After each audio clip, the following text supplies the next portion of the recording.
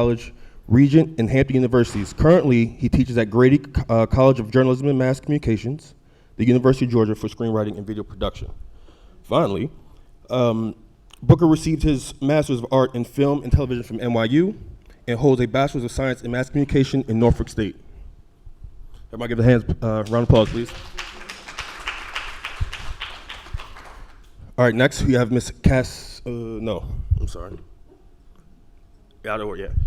Miss Maggie Bush. She's a writer, director, producer, and actress.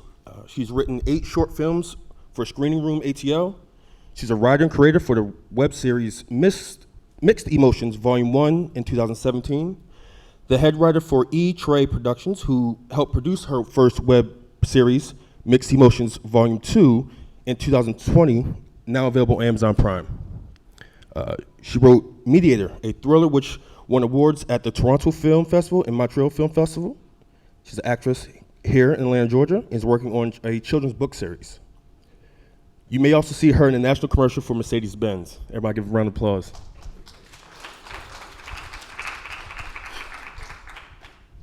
All right, next we have, to my left, Miss Cass Singer. She's a writer, director, and producer, the author of 6 fiction novels, sold over 14 screenplays for multiple networks and production houses, majored in textile design and fashion, was a stylist and custom designer for about 8 years before becoming a creative and a screenwriter and author.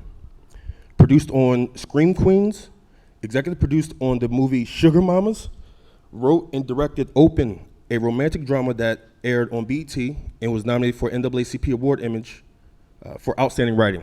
Give a round of applause.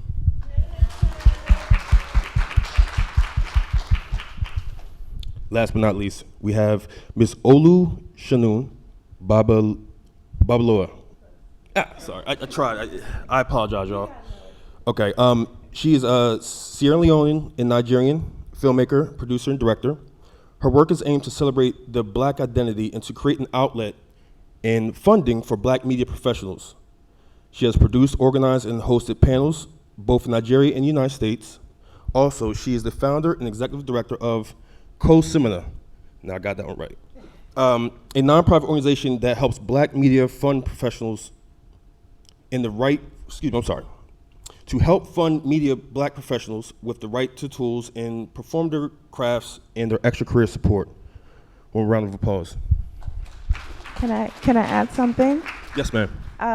Also, as of last month, I'm also now a 2-time Emmy nominee. Oh, nice. Yes, we definitely got to highlight that. All right, y'all. So the first point, as someone who identifies as Black in the film industry, based on your personal experience, would you say you got taken seriously, or would you say you had to work harder? Booker, can you be the first one with that one, please? Repeat the question for me, please. As someone who identifies as Black in the film industry, based on your personal experience, would you say you get taken seriously, or would you say you automatically have to work harder because you're Black? That's an interesting question, because I can't say that when I'm creating something that how serious someone will take me factors into the act of creating. I mean, realistically, if you want to sell something, of course you have to take that into consideration at some point, but I don't know that I've ever had an issue with someone not taking me seriously because I was Black, fortunately, or at least not that I knew. Right. But I guess I try to be intentional in not allowing that to factor into the creative process, because at times that can kind of stifle your creativity, because you're trying to create something that you think someone may want. Right. Okay. Cass? I can't really say that seriously is not the word I would use. I can say that I have been considered limited. So when pitching things, for instance, I pitched a sci-fi, and they were trying to figure out, well, where does Black sci-fi work? How does it work? So when you're pitching out broad to Hollywood or wherever, everyone has to fill that diversity box. So if you're pitching to NBC or whomever, unless you're pitching to a BET TV1, somewhere where their content is for African American or brown people, lot of times, unfortunately, the general market, they're only going to buy 2 Black shows that season. That's all they're gonna buy. They don't really care what it is. So if you don't fit into that box, then even though your writer is Black, your content might not necessarily be Black or brown. It may be diverse, but they still put you in. This is coming from a Black writer. So- I've seen more of that more than just like being taken seriously. So being stereotyped, Yeah. essentially. Okay. Maggie? I would agree with, Is it on? can you hear me? No, probably the other turn on. There we go.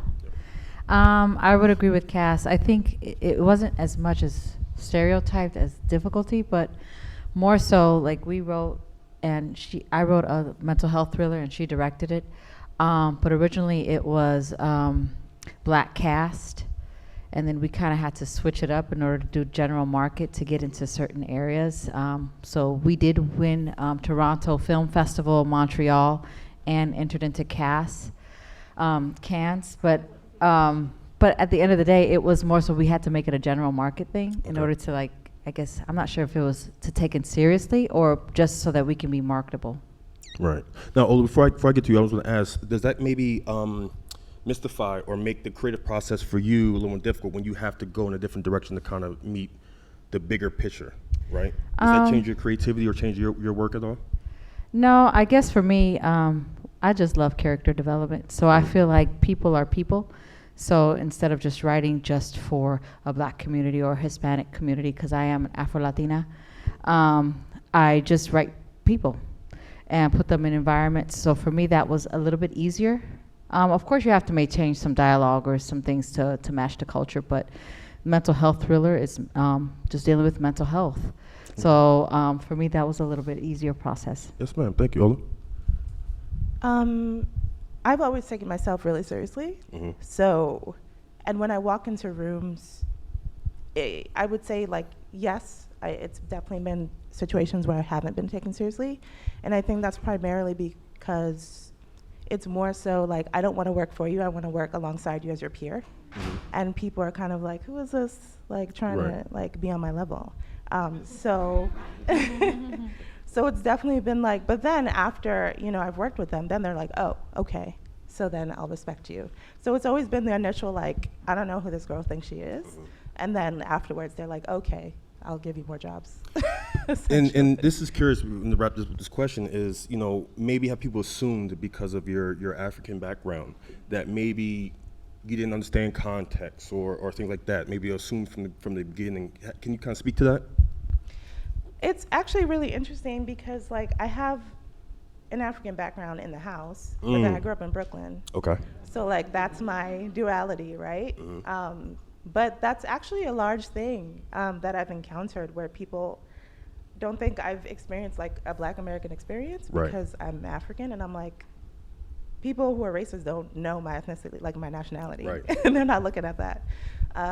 So it definitely depends on the job, because there is, I think there's just disconnects in the nuance of Black identity. Okay. So people are just ignorant about it. So I have encountered that, but I'm kind of just like, I don't really pay attention because Okay. I get very tunnel vision when Understood. I'm Fair enough. pursuing something. Fair Yeah. enough. Okay, so I'm gonna ask this next question. I don't want to focus necessarily on race or Black, but I just want to know, has a story, and we'll go down for everybody, has a story or a project that you've written been dismissed immediately, either in the beginning or currently, and how did you feel about that, and how did you process that? I can start. I've sold a lot, and I have not sold a lot. Okay. So yes, I mean, the very, very first time it was dismissed, I remember I was getting so excited. I was pitching something to Dame Dash, and he went and he flipped through it like 4 or 5 pages or whatever. He literally just passed it back across the table. I was like, yeah, no. Like, he didn't even read it. Like, he Right, went, right. and I don't know if it was structure. I don't know. It could have just been a bad day for him. But it does happen. It happens often. We get passes all day long. Right. And you may get more passes than you get wins. Okay. You just have to, you have to know, you have to be so, as a writer, as a creative, you have to be so confident in what you have, because if not, if the no is going to deter you, you will never sell anything. Okay. Anyone else? What's the pitch? Yeah, definitely. So I definitely pitched a show. I won't say the network. That was about just young Africans in an African city doing what young people do, which is just like being humans and dealing with relationships and stuff. And the executive was like, "You should try National Geographic." I'm like, Wow. okay. And that's, yeah, so that's definitely a thing I encounter when I try to pitch like African focused things. Okay. I actually have a story also. So I was pitching what I thought was the best writing of my life. It was a novel. Okay. And it was rejected 100% across the board. And for the first time ever, because you know you're submitting, as everyone up here knows, you get more no's than yeses. Right. But this was the first time that the no's were accompanied by the editors talking about how bad the writing was. Oh, wow. So, you know, you're pig-headed, you have to believe in yourself. Fast forward years later, you know, I decided to unearth the book because I decided I wanted to write a novel again, and, Right. and I read it, and it was as bad as they said it was. So sometimes your quality meter needs new batteries. Okay. Okay.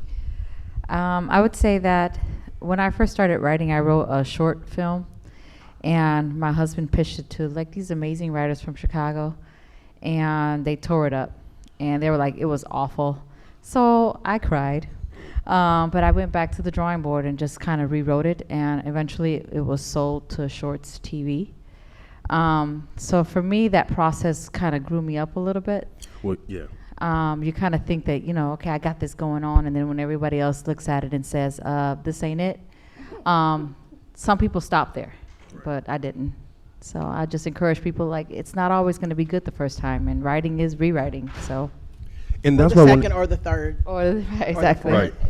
and that's why I wanted to speak to what that feeling was like being rejected, right? Because I feel like a lot of creators, we're being vulnerable, right? And we put our work out there. We may get yeses, we may get nos, but that no may rock someone's confidence a lot. And someone's wondering maybe how you went through that process to help other creatives, you know, deal with the emotional rejection emotionally, but just still getting back to the pen and paper and making it happen again. That's where I think knowing yourself and knowing your talent comes in very handy, because I think this industry is just full of rejection. It's nonstop rejection. Right. But if you know your craft, you know that you're talented, and you know you have your goals in sight, and you know, like, okay, I have room to grow and I'm gonna get better, but you know that you don't suck and you have like confidence in yourself, the only validation you need is the one that you have on your own, that you're giving yourself. So Yeah, that's really important. you can be bummed out. I think give yourself time to like get bummed out for like a week or so, but then like go back and do it. Right. because- And remember what you were doing it for in the first yeah, place. remember why you're doing it and what you're doing it, and then that's all you really need. In Anyone my else? opinion. Oh, you know what? Just to remember why you do it. So I always encourage writers to write a mission statement and like put it like to yourself and put it up somewhere, because you constantly have to go back to that. And then also when you get the no, ask why. So I used to, back in the day, just get the no and the rejection. I'd be like, oh, I don't like it, I don't know. But now I literally am like, okay, what was it about? Was it the writing? Was it not the right timing? What was it going on? We just took a project out to sell, and we got a pass from 2 networks, we got an offer from 1 network, and now we are having a pending offer from another company. But the 2 no's, one I just knew we were gonna sell to. I'm like, this is perfect market for this person. And we had a long conversation. So I think that helps. If you get a no, if you get a rejection, ask why. Don't just take the no, because you can learn from that. Because sometimes it is the writing. We've all had writing, we've all written things that you go back and you be like, what was was I that? doing? Yeah, but sometimes it's not that. Sometimes it's just not their taste. Sometimes it's not the market. They're not buying that right now. So definitely find out the why behind the no. That That's part great. about it not being like what they're taking right now is also really true. Like sometimes it doesn't have anything to do with your work. They just already picked up a project that was very similar, Right. or something like that. I would also add it's emotional scar tissue. Until no longer has a sting, it will be impossible for you to do this as anything other than a hobby. Because you're going to get no more than yes. It's just the way it goes. I mean, I'm sure everyone up here knows people will think that you're successful because you're pitching. You're not successful. I mean, you're happy you can get in rooms, but you rejoice whenever you sell something. Well, and then of course, then when the agreement is signed, and then when you get the check. Right. Right. So as long as no hurts you, bothers you, wounds you, you have to get over no. And it's like if someone says no to you, you have the exact same thing that you have right now. The exact same thing. You didn't lose anything. So it is emotional scar tissue. I didn't start out that way. You know, you have to become that way. Otherwise, you can't be up for the next pitch meeting. Or within a pitch meeting, they hate everything you pitch. And then the pitch that's least prepared is the one that you have to pull out, and it saves the day. Right. But if you got 14 no's already, if it keeps wounding you, then you'll miss that opportunity. I also think putting in the work kind of gives you a sense of confidence. Yes. So for all of us who have gotten the no's and we keep forging ahead, it's one thing that Cass and I keep talking about before is like just on to the next one. You just don't harp on that one project. As a writer, you write. So just keep writing. So I encourage those people who are getting those no's, just keep going. And the more that you develop and the more that you write, you will get that sense of confidence. And then you never know, you'll get that one yes. And then you'll have a whole library of stuff that you can offer next. Nice. See, I as a creative, I have been told no or not right now, and that has like crushed me. Whereas though like it didn't move for like a year or so, right? In doing anything, I let things sit. But I think by asking for constructive feedback, right, it allows you an opportunity to be a sponge and see what someone else doesn't see, right? And we would hope that people would give constructive feedback and, you know, nice feedback. It doesn't have to be loving, but that's what we would hope. So yeah, I just wanted to kind of touch on how that may, you know, someone's confidence, the creative's confidence, how that can be rocked. Let's move on to like the film industry. So we can start wherever. What are some of the ways the film industry could improve or to support a more accepting of people of color? Just one. The whole industry would have to change. Yeah, The I agree entire with that. industry The whole would thing have to needs to be change. toppled. Yeah, like crush down, start over, ground zero, build again. All right. Well, let me ask you this then. I mean, I'm not. I completely agree Yeah. with you. Right. I It's think just warped. it's a structure that really is set up for only certain people to succeed. Yeah. And in order for anything to change, that whole structure just needs to come down and be rebuilt. Because there's so much gatekeeping. There's limited access and resources to certain people. Yep. And yeah, the whole thing just needs an overhaul. I would agree. I'm a writer at Tyler Perry Studios, and what I do enjoy about my boss is that he created his own avenue. So I respect him for that. Like, Hollywood doesn't put you on or whatever, so he just did it himself, and he's putting us on. So redoing it or doing it yourself is kind of the way to do it. Yeah. And don't be surprised because Hollywood doesn't actually have ideas. They rely on the people that have ideas. So like once you're doing it yourself, then they'll be like, hey, and knocking on your door. Yeah. That's I just how they work. I had a resume way before I had a manager, but I can say, you know, the film industry, getting into, because I'm always approached about like, well, how do you sell? How do you get on Lifetime and Hallmark and all the other stuff? And like you said, there is gatekeeping. It really is challenging without management, without agents. It really is hard. But it's also hard to get a manager and get an agent without a resume. So I didn't get, I think I did, I don't know, 7 or 8 independent films before I got a manager. And then the manager was able to get me the meetings to get to the studios to do the other stuff.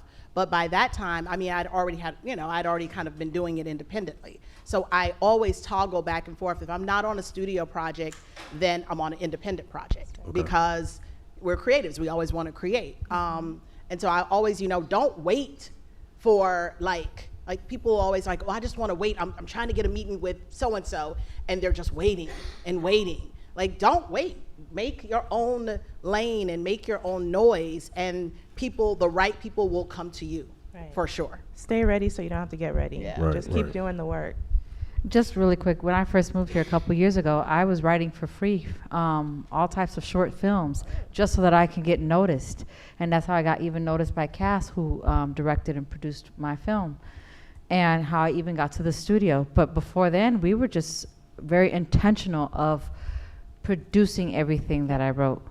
And as writers, we've said that before, that writing isn't sexy and no one gets to see your work. So, and this day and age where social media is very prevalent, you can create your own stuff so that people can see your writing and not have to wait for a studio to put you on. And that's impressive. That's what impressed me about Maggie. A lot of people say they want to write, they want to do, they want, but it isn't. You know, the hours you have to put in to really become a writer, to really sit down and write and rewrite and rewrite. I would give her notes and she would rewrite them. I would give her more notes and she would rewrite it. And I'm like, oh, okay, she wants it. And that's, you want to have that. You want to have somebody who believes that you want it, because a lot of people just want to sit on a panel. Right. And can I add a wrinkle to no, and including that into the process itself, because that's valuable what you just brought up. You have to be able to deal with no even within the process. You know, once you are working with a producer, with a network, a streamer, you know, someone who has a stake or money, you're not just creating. It's not what do you call it? Like journaling. You know, people have. It's like you're in love with this idea, this character, this color palette, and it's like, no, we're going a different way. Yep. You are a hired gun. Yep. So how do you divert? You've already sold the project. You're on it. You've booked it. Yeah. But you're hoping that they like you enough to bring you back. So how do you pivot with the no even within the Yep. process? 8, 10 pages of notes of no. Precisely. And sometimes the notes won't make sense either. Precisely. What? Yeah. Pass her my notes. I'm like, Yeah. look at this note. And I'll send her my notes. Like, it Like, happens. this is ridiculous. This is A lot of the ridiculous. time And they then don't you even. do it. Yeah. Because you're dealing with non-creatives. So you're dealing with corporate. When you deal with a studio, whatever, you're dealing with people who wish they were creative. And now they are taking your baby and they are just like, meow, meow, meow, and then they'll pass it on to somebody else, and then their notes are, meow, meow, meow, and then those notes don't match those notes, and then they're like, and in 3 weeks or 2 weeks, we need that back. Yeah. So it's always a pivot. It's always, you really have to learn how to be amiable and be flexible and still be creative in that. And that's why you keep your other creative passion projects that you work on that you have total autonomy over and you just do on your own, and then that feeds you, and then the other feeds you.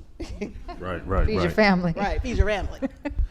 Until you can merge the two. Until you can merge the two. Yeah. So, Booker, I want to know, maybe from an academic standpoint, right?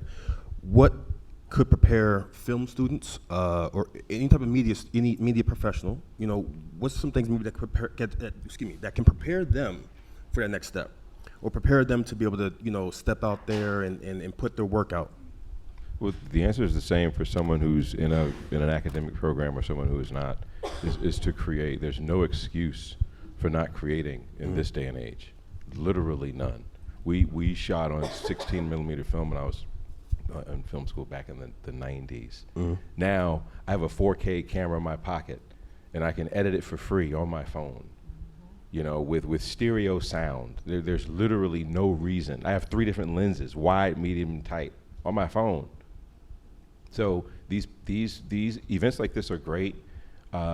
Even, you know, whenever you do them inside, you know, the academy, you'll have a mob of people that will come up afterwards. Everyone is excited about what they want to do and sharing their dreams and hopes. And 1 or 2 of them are actually serious. And you know how you know they're serious? Because they're creating.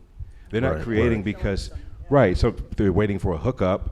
They can't help but create. Right. I mean, the number of times, I don't know about you all, that you actually quit in your head and in your heart. And then what? The idea comes or the opportunity comes, what are you going to say? No? Right. You call your own bluff. You can't not create. If that's not you, you know, great, this is entertainment. You know, there's like a TV screen up here. That's fine too. We're happy you're here. But create. Create. And that's something I had to learn too, was just, you know, get out your feelings. I'm a Cancer, so I'm always in my feelings, right? So, so I think that's really important to you know, to highlight with anybody's journey. Now let me ask you this, it's a similar question.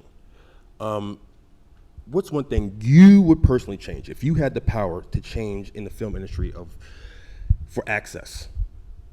And maybe this might be of not difficulty, not in that y'all can't answer, but maybe this is a really complex question. But what is one thing you would do if you had the power to create more lanes of access for black content producers or writers? At one time, I may have said black executives, but now I wouldn't even say that, only because they fear for their jobs. Right. And I've been in that position too, where I've had relationships with black execs, and they were like, "Yeah, last project didn't do well. Can't bring another project in here, or I'm gonna get fired." Right. And that's a very real thing. So I wouldn't say that, but I don't even know to change the system. Or the structure that Or the y'all structure? that we spoke about earlier about the Hollywood structure and the gatekeepers, right? Of course, obviously removing the gatekeepers, but maybe other gatekeepers that have more of they're more creative, right? Instead of exec, if they're half and half, they're more creative than exec, right? Well, here's the thing. I don't know if you can have more creative execs. Maybe they can work in tandem because the jobs that the execs do and looking at the sales and the numbers and this, like the ads, like the things that they have to do, our brains don't work like that. So the network would never make any money. Okay. So the two have to work together. Maybe having, definitely the hiring process should be different because That's, yeah, well, it's continue like your it's just a thought. lot of who you know, nepotism, I in was light thinking, of that. yeah, I was thinking maybe a way to change it is allowing more people who don't have names behind them Yeah. to like enter. Yeah. Because I think when it comes to like the newcomer writer, whatever, that writer, newcomer director has been working for 15 years, you Right. know? And so it's like, they're not really that new. But if maybe people invested more time in like potential and grooming, there would be more access opportunities. I don't know. Potential and grooming, I think, is key. Yeah. So maybe That could be- having some sort of shadow program within. Okay. Because of course, like CBS has like CBS Diversity, and they have this, and they pick one person, and that person may go off and make something. But definitely having, it is a pipeline that they pick from. Okay. You know, and it's a pipeline. A lot of the execs either were agents, and then they move up, but then they're not necessarily bringing the next person in. So I think increasing this pipeline where they start grassroots and they actually start with people who aren't who want to be in the business and bringing them up, and had a very realistic, had real feelings behind it, like really cared. This isn't a business really where people care Yeah. about anything but money. Which is also something I was thinking of too. I actually don't really love how film festivals are set up. Okay. I think they can be kind of inaccessible and elitist, especially when a lot of the fees are like $75 and then you have to apply to like 35 festivals. And then if you're a starting out filmmaker, how are you going to afford all of that to even Right, get your film right. seen? Yeah. So that's also another, I feel like there's so many aspects. Yeah. Again, Yeah. burn it all down. Yeah, exactly. That's just like, I wanted to inject an idea where you have an executive, but it's an executive that actually has the ability to greenlight a project and get it made.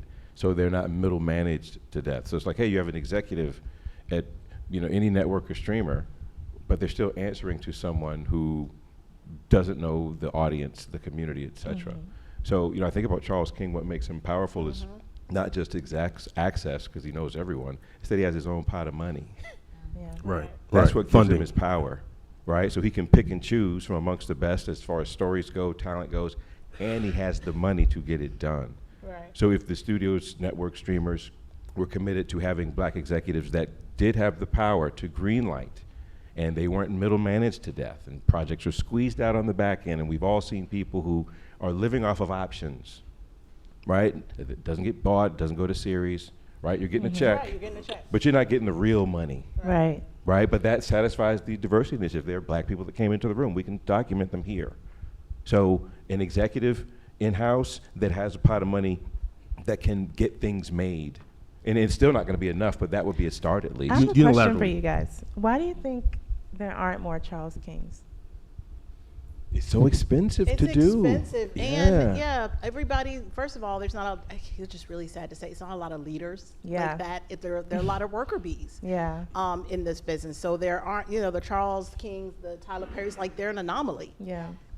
and it requires a lot of money, and Charles wasn't Charles at first. You know what I No. mean? Charles He had to worked the work his system way up for a and very sit long down. time and shook a lot of hands and kissed a lot of babies before he could be Charles King. Yeah. The reason why I asked that is because like there are black powerful people or just people of color, that exist in Hollywood, Yeah. but they're not really giving a dollar out. They are not. Well, and it's some of them. I mean, you've got like James Lasseter, and Yeah. they work on their projects. And here's the thing: it's like people work with their people. I was on the road I wrote for Kevin Hart for two years on a comedy show for Comedy Central, and Kevin works with his people, which is why I always encourage. And he keeps his boys working. Like he's got his team and their boys club. And I ended up coming on the road with them because they needed a female voice. Like everything was male centric. But I ended up getting the job because my old producer from the Monique show that I used to write on was like an executive there. So she was like, oh, I have a girl, but she's cool enough to go on the road with the guys, and so she can work with them. But like they put their own people on. So everyone has their own agenda. Like James Lasseter, Will Smith, they put their own people on. Everybody has their pocket. Jay-Z has his pocket, and they put their people on. And the problem is when you try to infiltrate their village, you don't get to infiltrate. So that's why I tell everybody, be like an Issa Rae. Issa Rae created her own village with her That's friends. yeah. And then her and her friends came up. People come to me all the time. They're like, Cass, can I? And I'd be like, I don't want to be funny, but I have my village. So find your village, make something, and then bring it to me. But it's really going to be hard as a new writer to come to me and be like, hey, I want to be a writer, when I'm like, I'm a writer, but I also have 4 other writers under me that I have groomed. So now I'm trying to get their work on. So, as a newer writer, find a new director, find a new DP, find your village, and because you can't do it without your village, and make your content and make as much noise as possible to get the eyes. Because if not, it's really, really hard. Yeah. I just want to piggyback on that. We're real fast. Oh, I'm sorry. Go ahead. Yeah. Go ahead. So, in not only with those writers that you've groomed, because she's moving fast, because she has 115 projects, How did you know that? No. those writers that she groomed, they know how she writes. They understand structure the way she taught it. They know how to execute notes because they've been there on the email chain with the notes. So she knows those 4 writers, I don't have to worry about it. I can go over here and produce or direct or do whatever. So here you come along, you may be a fascinating writer, but I don't know you enough to put you on something knowing now I'm going to be tied up for more time than I need to be with the network for you because you don't know how we do it. Right. And So it's not personal. Has People nothing don't to do. have time. They're just like, oh, I know this person. I know that they know how to work. Let's Well, bring I them want to in. let Maggie hop in real fast. Go ahead, Maggie. Kind of like what she does to me all the time now. Like she's definitely groomed me. So we be at email chains at midnight with Hallmark and stuff like that. And I'm studying what the notes that they're giving her, and I'm putting in the work as well. But even I would say that as far as changing things, I know the times are different. Social media is very prevalent. There are people with less skills who are making more money. So for me, I believe that putting yourself out there as a writer is important. Like I've written stuff for this girl named Jessica the Prankster who pranks her mom all the time. And for me, it was like, what is this? I didn't understand it. Right. You know, and then I'm older, I'm in my 40s. So now at this point, you're just like, I don't get it, but I'm going to move with the times. And so being very intentional with being current and what's happening now, because before it is who you used to know. I went to the Merge Summit a few years ago and they told me in order to get into a writer's room, I have to serve coffee for 2 years. Well, I'm in my 40s. I'm not going to do that anymore. So fast forward to now, I'm now currently working at this one of the largest studios, and I didn't have to do that. But that's the favor that's on my life. That may not be your testimony. But at the end of the day, you have to kind of go with the times and do what you got to do and put in the work. Yeah. Work. Yeah. That's important. I want to hit everyone with this question. With y'all creatives having such a seasoned background in what you do, how do younger creators look to you as someone who's been in the space for a while? how do you perceive the new creatives, excuse me? Are they easy to engage? Are they hard-headed? Are they, I mean, I just want to know really what the mindset, because we have everything's on our phone now. We can access everything immediately, and I think that gives us a different perspective of media. So I was wondering, just especially with you, but with you being an educator, right? I would assume that you have a lot of these conversations with students. So just wondering, what are some of the attitudes of some of the maybe the younger creatives that are coming up that you maybe come across? Okay, there are those who are hungry. I know I sound like a broken record. And there are those who are pretenders, and most people are in fact pretenders. And it's the hungry are the hungry. I'm sure the 4 writers you're talking about, they became your writers because they were hungry. You saw something like you in them. Yeah. So the hungry are still hungry. But it's always, more people who are pretending. Yeah. So I don't see a difference. Well, the differences that I see are positive ones, because there's so much technology and it's so inexpensive to obtain. They're remarkably creative beyond anything that I could have imagined. I mean, the idea of having your entire movie on your phone. Right. I mean, I'm actually looking at color correction on my phone, right before I came in on my phone, right? For a movie. That's bizarre and insane. I mean, it's no big deal, but it really is when you really think about it. So remarkable as far as imagination and technology, still hungry. There's still going to be more pretenders, but that's just the way life has always been. Right. For the young folks, I do admire that they are resilient, and that they put themselves out there. Like we're in a day of age that they're just going to say what they want to say. The bad part about that is the cancel culture, and they're all afraid of all that that's happening. But what we do tell our young folk is that there's definitely a balance to that. Like there is some tradition that you should learn. So you'll see all those people who are famous on TikTok or on YouTube, then you won't know where they're at next year, and then they have nothing to fall on. So the mental health component for them is also very important, because now all of a sudden you go from 2 million followers to now they're canceled and they don't know what to do with themselves, and they have no foundation to fall on. So for us, it's just teaching them that foundation and that creativity versus just being popular just because you're cute. Okay. Let me add this context in there. I've heard of many people, the Instagram comedians. Yeah. There's a lot of comedians that would argue they can't do what I do, right? They may be funny on the phone, but they can't get on the stage and work the crowd and stuff like that. So that's kind of like the question I'm kind of asking, and not just in a negative way, but just in a positive as well. Like something maybe you've noticed that's different. I love them. I use them. I use them all. Like I have babies. If you know me and I love you, I just take you on. So like B. Simone is my baby, and DC Young Fly is my baby. I put them all in movies.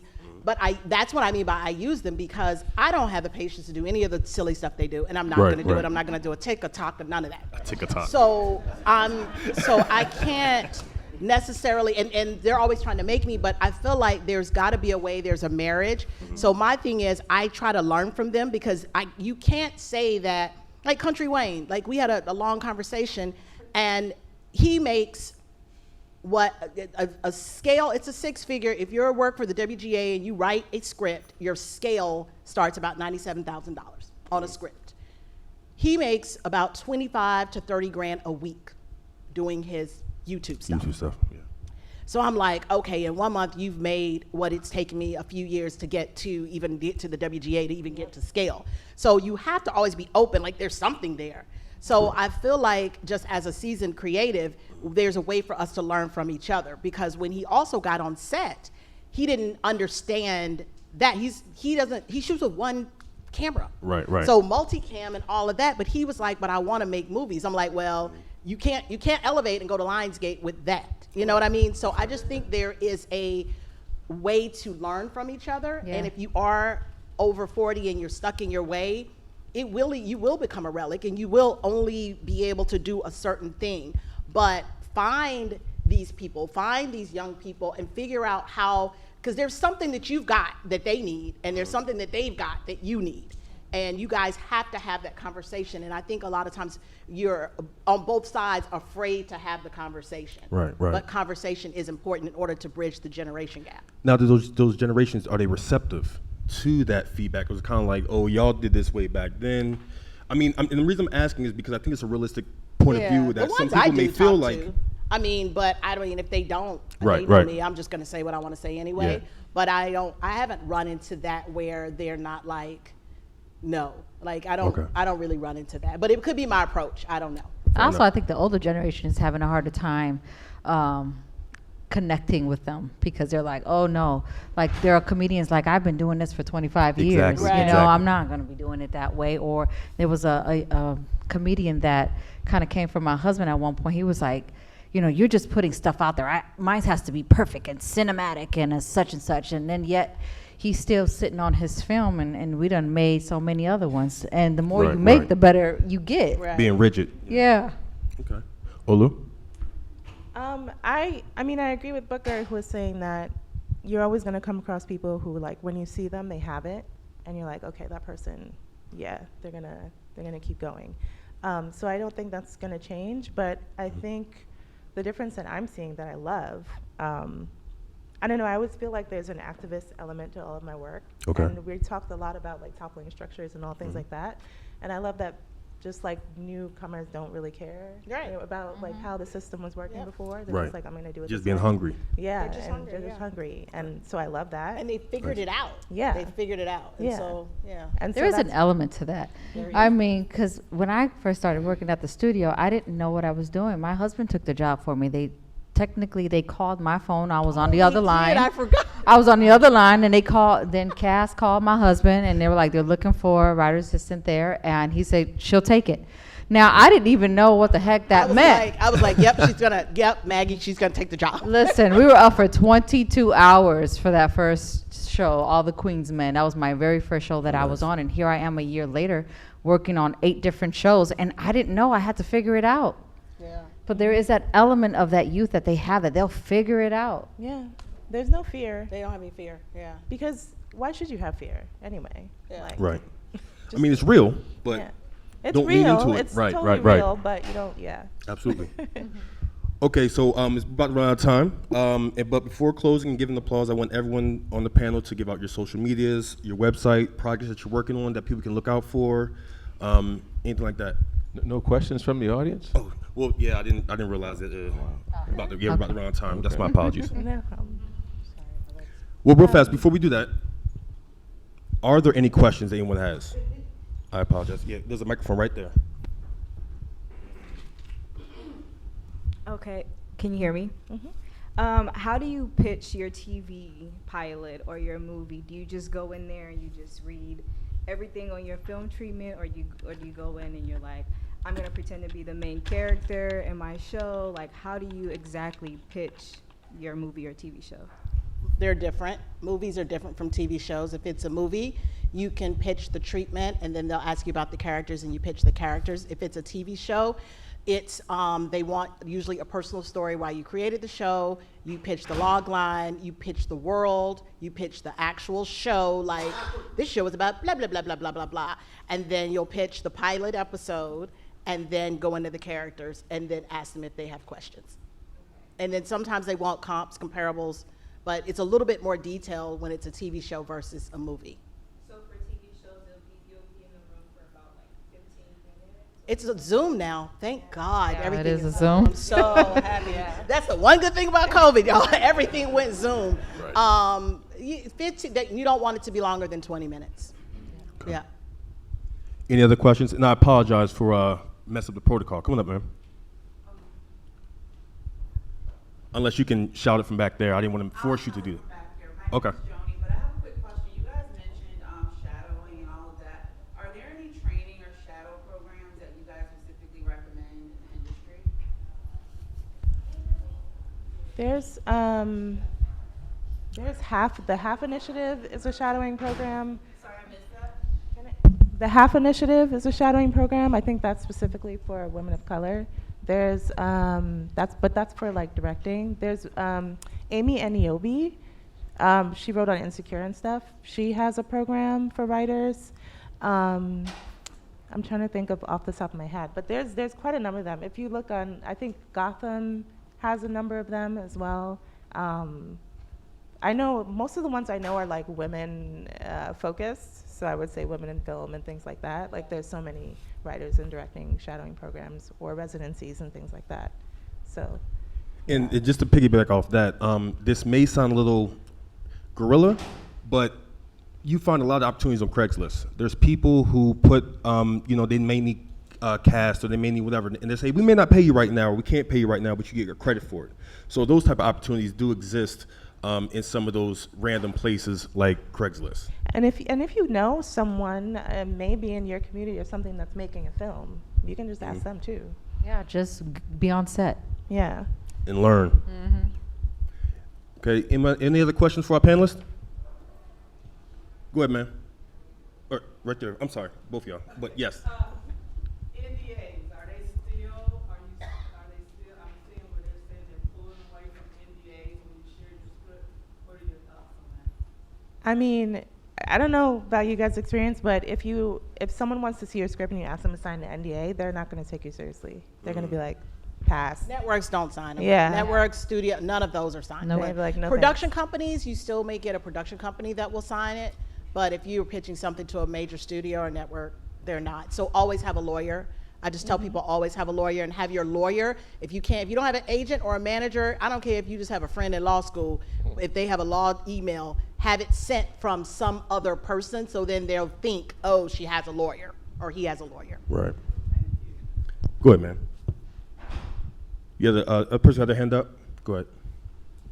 So, my question is for Maggie Bush. Is that Yes. So, now that Cass had you under her wing and now you flew away. I can't stand you. I can't stand Are you. you taking writers under your wing to train at currently? Yes, I actually have, I think, 2 of my mentees here. I did have a writer's room that I started about 1.5 years ago. I was teaching about a dozen writers how to write. And at first they wouldn't stud me until I became a writer at Tyler Perry Studio. And now they in my DMs. But but that's just how it works. But then the ones that I do take on, like even Rain, she's here. She'll do whatever I ask her to do. Sometimes she'll do personal stuff for me. You know what I mean? But there are people that you see they got it and they really are into it. So you want to pour into those. So I do, take on people. I love it. And we're going to be doing a podcast so I could be teaching Writers 101, helping students and this next generation on, character development and what it takes and all that good stuff. And I don't take on anybody if they don't have a giving spirit. So that's my prayer, because like if you can't give back, then I don't fool up with you. So it usually works that way. Yeah. All right, any other questions from the audience? Go ahead, sir. My name is Johnson Johnson. To kind of step away from the business aspect of it, to go back to what you guys were talking about when people tell you no, how much of that have felt like it was a reflection of your own personal intelligence when people told you no about your writing? In the beginning, for me, it was. In the beginning, I wrote novels, and then I was thrown into the business of screenplay writing because one of my novels was picked up for a pilot, or they were shopping it for a pilot. It was picked up by an agency. So I didn't know. So I just started writing. I thought, oh, I must know what I'm doing. So my writing was wrong. It was the structure. So all of my no's in the beginning were a direct reflection of my ignorance because I just didn't know. And then I had to go back and study. So I think it's half and half. I mean, and now I don't get as many no's as I used to get, but my no's are different. They're different now. Okay. Go ahead, ma'am. So what happens if you have a powerful story and you're not a screenplay writer? And I would like to find a reputable screenplay writer to package that story that I can pitch. Where can I go for that? I would say don't package it and pitch it. Write it as a short story. Write it as prose. Because you go up at an event like this, what are you going to tell them if it doesn't exist? Right. Right? But if you have a short story, and I'm not saying that anyone up here would take your short story, but at least you have the story so I can read it and say, oh wow, this is a story that I would want to adapt. I'm going to add to that. An IP attorney, I was sitting on a panel with him a few years ago. When people tell me that, people come to me all the time, Cass, I got the best story in the world. I tell them, write it as a short story, go on CreateSpace.com, which is a self-publishing arm of Amazon. Oh, nice. And publish it, because then if you bring it to me, now it's a book, and if I go sell it, they have to pay you for the IP because it's already a published book. I'm not going in like, oh, because if you go to somebody that's a guild writer and I write the treatment, they will pay me for the story. And then if you're not a famous figure or somebody like that, you have to rely on that writer being honest to pay you for a story that could have been anybody's story. Right. You know what I mean? But if it's a book and you get with a shady writer, you can be like, oh no, because this was my book right here, and here's my, it's tangible. And you need that just to protect yourself. Right. Okay, I think that's all the time we have today. But before we close, now, if everyone could just give out the websites, any information you'd like the audience to have, social media contacts. Well, I'll start. Yeah, my website is just www.o and my last name babalola.com. But I also this year started a grant fund for Black femme filmmakers to make their first or second short film, because I feel like that was really needed. So every cycle, which is a yearly cycle, I'm going to fund 4 filmmakers, and all you have to do is be over 18, identify as Black, and identify as femme or non-binary. And you get $2,500 to make your short film, narrative, documentary, whatever, because I'm really trying to just support a community of filmmakers who are making interesting things and not based on algorithms. Nice. So yeah, so just want to say that. But yeah, my website is www.obabalola.com, and then that has all my films and things that I work on. I applaud you. That is amazing. I think that deserves a round of applause. Just that in itself. I am at Cass Seegers, CASSIGERS.com. And also that's Instagram, same thing, Facebook, same thing. And I will plug my film that I have coming up August 28th on Hallmark Mahogany. I have the launch film, Unthinkably Good Things, that will air. And then the holiday stocking that will air also on Mahogany in December. good. Hey. So my page is private on Instagram, which I'm working on. But it's Maggie_Bush. We also have a production company, E-Tray Productions, E-T-R-E Productions with an S. You can follow us on Instagram. Our film, Mediator, is available on Tubi right now. Nice. So you can go ahead and watch that and give us some numbers. We also have Mixed Emotions Volume 2 available on Amazon Prime. Nice. Okay, Booker. So I'm Booker T. Booker T. Mattison, M-A-T-T-I-S-O-N, for all social media. And my next film will be premiering on BET Plus. It's a musical. We did a Black update of The Sound of Music called The Sound of I Christmas. love that. Nice. Called The Sound of Christmas? The Sound of Christmas, yes. So look out for that. Stars Neo and Soraya, so it should be a lot of fun. Nice. Dope. Congrats. Oh, I'm really bad at this, y'all. I forgot about something. Yeah. Miss Emmy, what's going on with this Emmy? Yeah. Emmy winning. So my latest Time. So my latest film, Frederick Douglass in 5 Speeches, which stars, it's narrated by Andre Holland and stars Coleman Domingo, Denzel Whitaker, Nicole Bahari, Jonathan Majors, and Jeffrey Wright. That's on HBO, and you can watch it now, and on HBO Max. And then the other film that I was nominated for is Picture Scientist. That's a documentary, and that's on Netflix. So, yeah. Awesome. Awesome. So check everything out. All right, on behalf of the Black Writers Weekend, we thank everybody for joining us today in person. I'd like to thank our amazing panelists for taking the time to help be part of this conversation. Along with our special shout out and thanks to Auburn Avenue Research Library and our sponsors, KDP, Kindred Direct Publishing, Harley Quinn, Ingram Spark, and Libro.fm. If you're here and you're on your social media and you're posting things from here, either it be footage or anything, just make sure you use the hashtag Black Writers Weekend and hashtag Black Writers Weekend and at Black Writers Weekend is the what's it called? The handle. Excuse me. I'm sorry. The handle.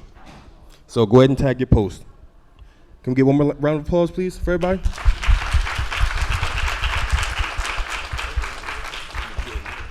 Yeah, I got you. Can we get a picture with the panelists?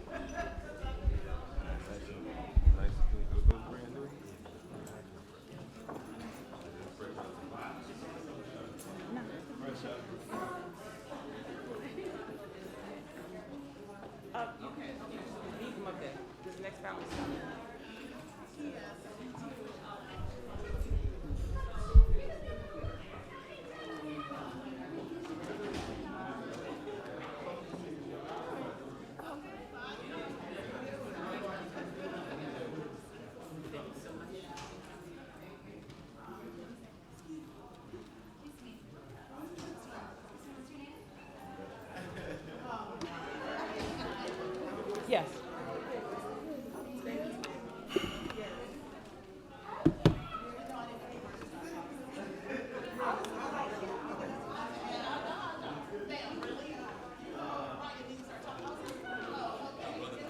Yes, sir. Thank you, man. Thank you. I've been down. Maybe I should wait. My bad. No, you good. You good. You fine.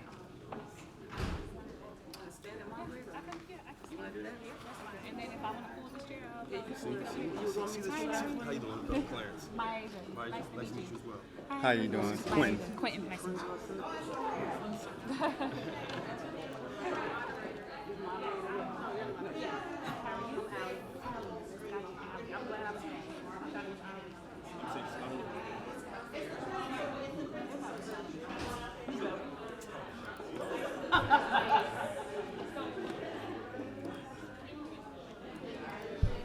Which one is this?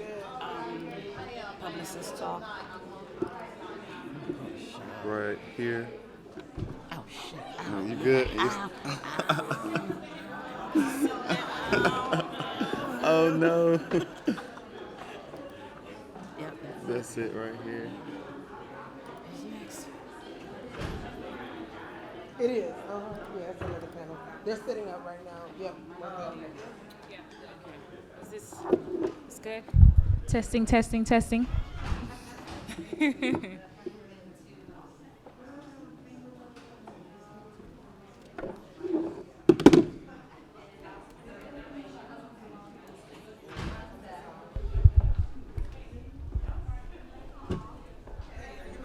I am.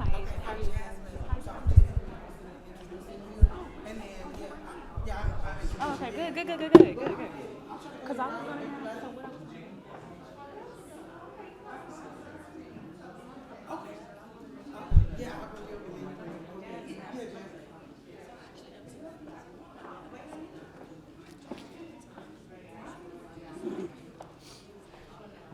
Hey everybody, we're about to get ready to start another panel, a discussion. So if you guys want to stay.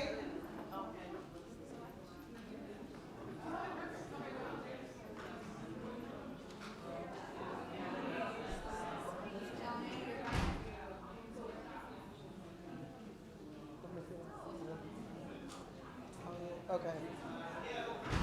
Oh, Talia Oliver, yeah.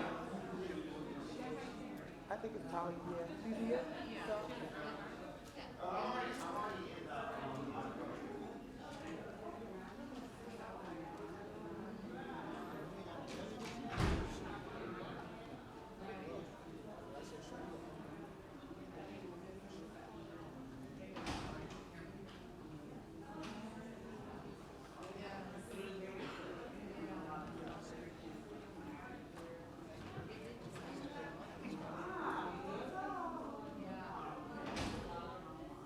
Hey everybody.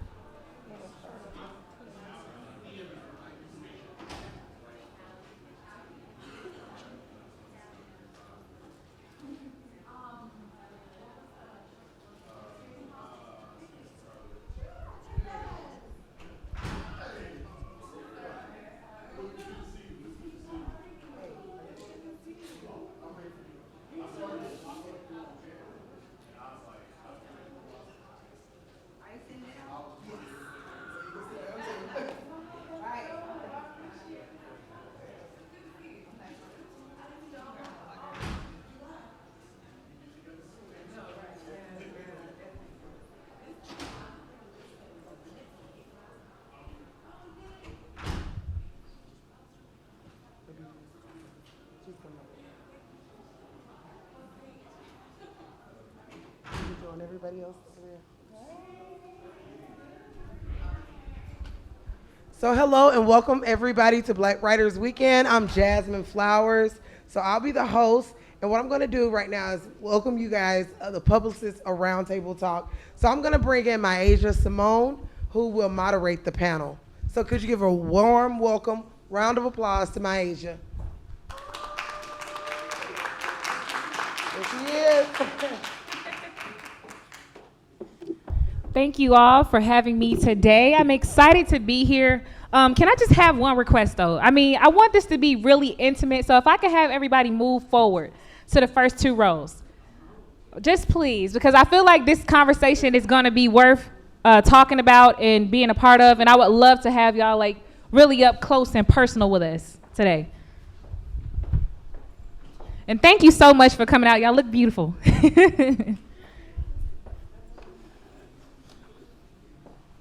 So while y'all are moving up to the front, I want to introduce myself. My name is Myasia Simone. I'm a radio personality here in Atlanta. I do the entertainment news and the gossip on the night show on Streets 94.5. I'm on the Fly Guy DC show Monday through Friday from 6 p.m. to 10 p.m. I also have my own media production company. I have officially become an influencer of BMW of South Atlanta, so I do a lot of great things in the city. And if there's any point that you want to connect with me, you can follow me on Instagram at Myasia Simone. That's M-I-Asia and Simone with a Y. But we're going to go ahead and get started with this panel. Thank you so much for participating and moving forward. All right, so for each person, as they walk out, if you could just bless them with your applause and make them feel welcome and show love, because we got some amazing, amazing women in the building right now. Today's panel is called Get Seen, a publicist, and basically this is a roundtable talk of basically what a Black publicist goes through. And if you're an aspiring talent that is looking to become or have a publicist, this is the right room for you. All right, so without further ado, I want to bring up our first panelist. Everybody make some noise for Miss Sarah Busby. Miss Sarah is the founder and senior publicist of The Buzz Agency based in Atlanta. The Buzz Agency has worked with businesses in lifestyle, entertainment, food service, oil and energy, also higher education and more. She graduated from the University of Alabama with a BA in Communications and Information Sciences. And she's also the creator and host of Be Real with Sarah, which is a podcast discussing business career tips, relationships, personal development, faith, healing, and much more. Now, their expanding brand has enlisted clients featured on top outlets such as Entrepreneur, Essence, Black Enterprise, Atlanta's CW69, and more. So give it up one more time for Miss Sarah Busby. All right, our next panelist for today is Miss Jonelle Witt. Janelle is the CEO and brand strategist and digital